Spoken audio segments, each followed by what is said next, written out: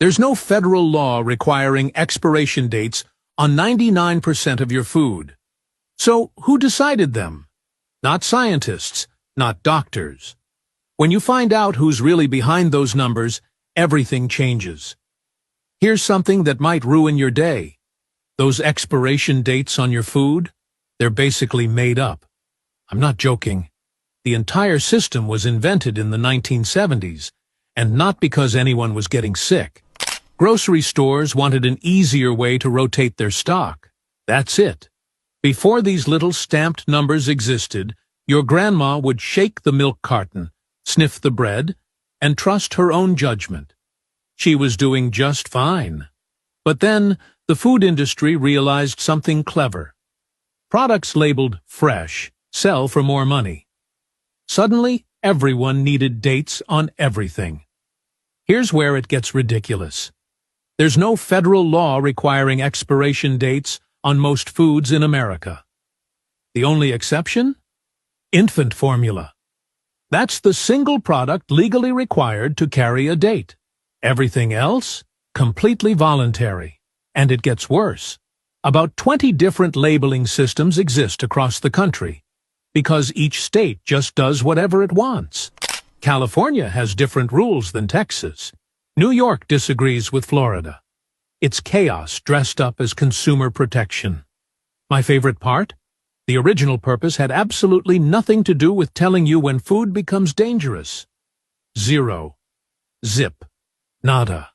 It was inventory management for store managers, not safety guidance for families.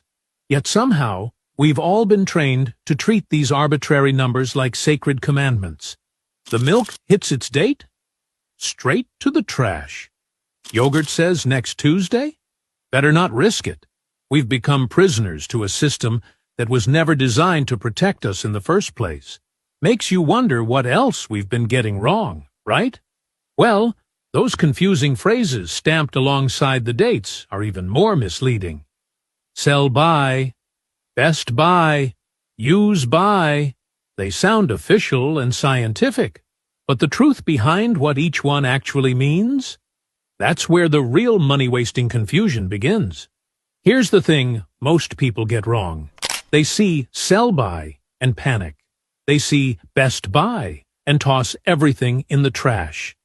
They see use by and act like the food will explode at midnight. But these labels mean completely different things. Sell by is literally just a note for the grocery store. It tells the teenager stocking shelves when to rotate products to the back. That's it. It has absolutely nothing to do with when you should throw food away.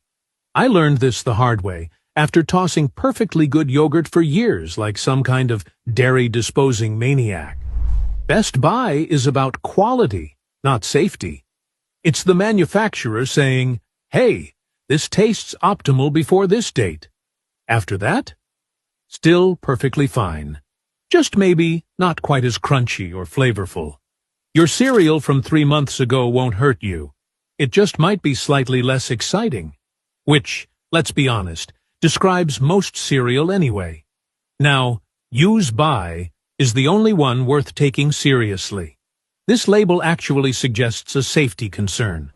You'll find it mostly on deli meats and unpasteurized products. Things that can genuinely make you sick. But here's the wild part.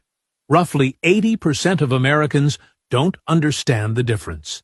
80%! We're out here throwing away perfectly good food because some marketing team picked confusing words. And manufacturers? They can use whichever phrase they want.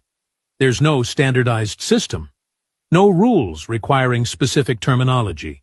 A few months ago, I had no idea what a health ring even was until my fiancé got me one. And I have to say, I am shocked this isn't a widely known and used product. It tracks my stress levels, and what I found out is that each time I took certain medication,